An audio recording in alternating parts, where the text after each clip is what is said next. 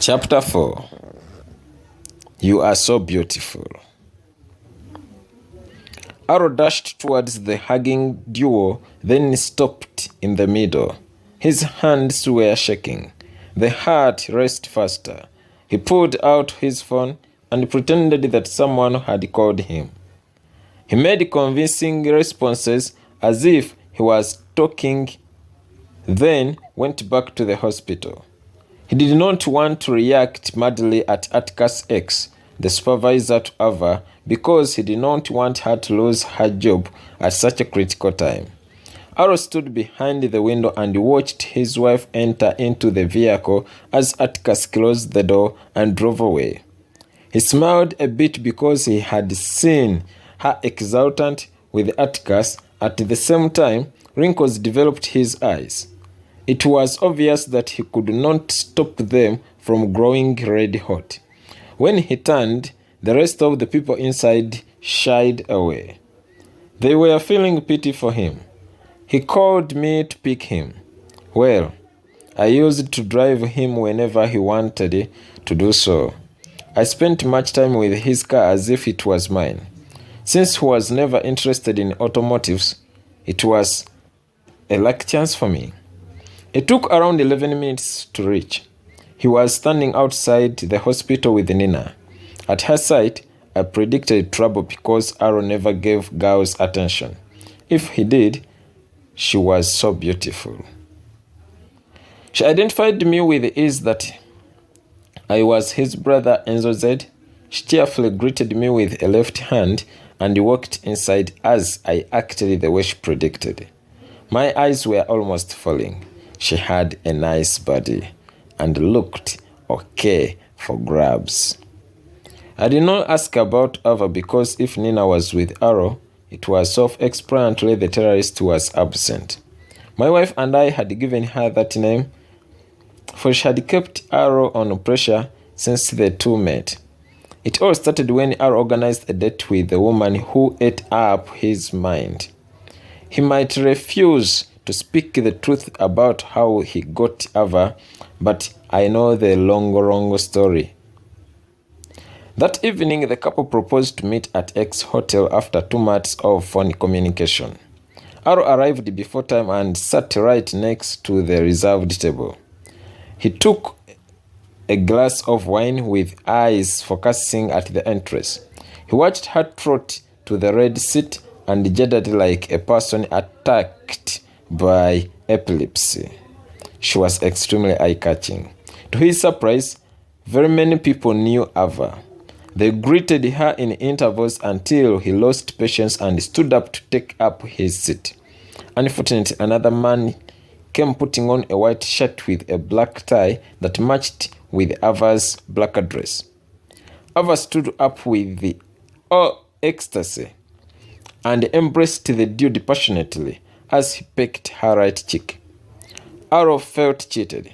He lost his legs momentarily, which froze naturally minus warning. He wanted to attack the man right away, but someone touched his shoulder from behind. It was the waiter, whose name I cannot remember, who reminded Aro that if he was looking at Ava frame, he had to keep calm. The waiter added that she was a woman from another world who gave attention to men the way they presented themselves. The waiter inquired whether Aro had carried his CV with him or he could help forge one if Aro was meeting the woman for the first time. Aro called it a joke and pushed the waiter away, then dashed to the table and presented himself before her, who signaled to him with a palm that was still busy. Aro dragged the nearby chair to the table where Ava was. He had the man terribly cruising Ava and felt jealousy. He wanted to fight the man, however, the movements of the stranger's hands scared him a bit. The gent pulled out a bundle of dollars that Ava dropped in her purse. The hunk bowed with pressure, then thanked Ava for her time as he walked away. When Aro stood up to take this seat, another man occupied it. He had brought her a bottle of champagne, which the waiter quickly opened and served the couple. It was unbearable for Aro. He hit the table and complained that he had booked the table for Ava and him, not for other men. The other waiter whispered to him that every man booked a table, so it was not a big deal. He followed the waiter, who repeated the same statement about the CV. They went to the counter and wrote one, then picked up a card with number 17. The waiter asked for the name of his present for Ava. He did not have one. It was necessary because no date saw the woman without a gift. While moving out, he found a long file yearning to see one person and wondered why and what made Ava special. Someone from the file replied that he had the same question in the head and whoever was in the line had the same query. He continued that the woman had all the answers. He purchased a fake diamond necklace from the gift shop, then befriended the waiter whom he asked whether Ava was a whore. The waiter giggled at Aro with an explanation that many women of Ava's standard behaved like that, though used different tactics. Many met numerous men on a daily basis from different spots. Ava had only one day off a month for her personal issues, thus scheduled it for men who yearned for her. Aro's turn came. He sat in front of her and stared at her as she calmly took a gift from him. In addition, Ava opened the bag as she waited for him to introduce himself. "You are so beautiful," he praised. She immediately pushed the table, which turned the glasses bottoms up. Some broke when she kicked off quarreling. She had recalled the street scoundrel who had sneaked into the hotel. She promptly claimed her money and complained that it was time for the author, not this fool. When he explained that he was the one, Ava poured a glass of beer onto his blue t-shirt and called the guards. Aro lamented that he was the one, but she was late. Ava walked out with a serious caution to the manager of X Hotel about letting idlers inside.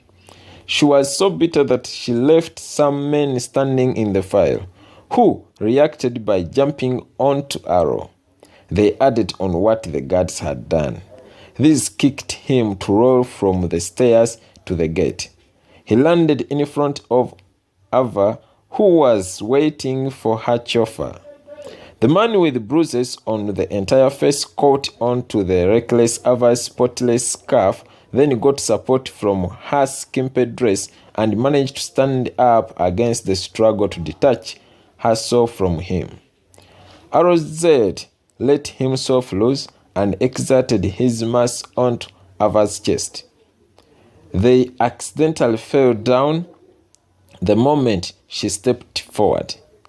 The rest of the men found the duo down with Aro's leg in the middle of Ava's thighs, which made her feel so batty, while her hand rested on his zip.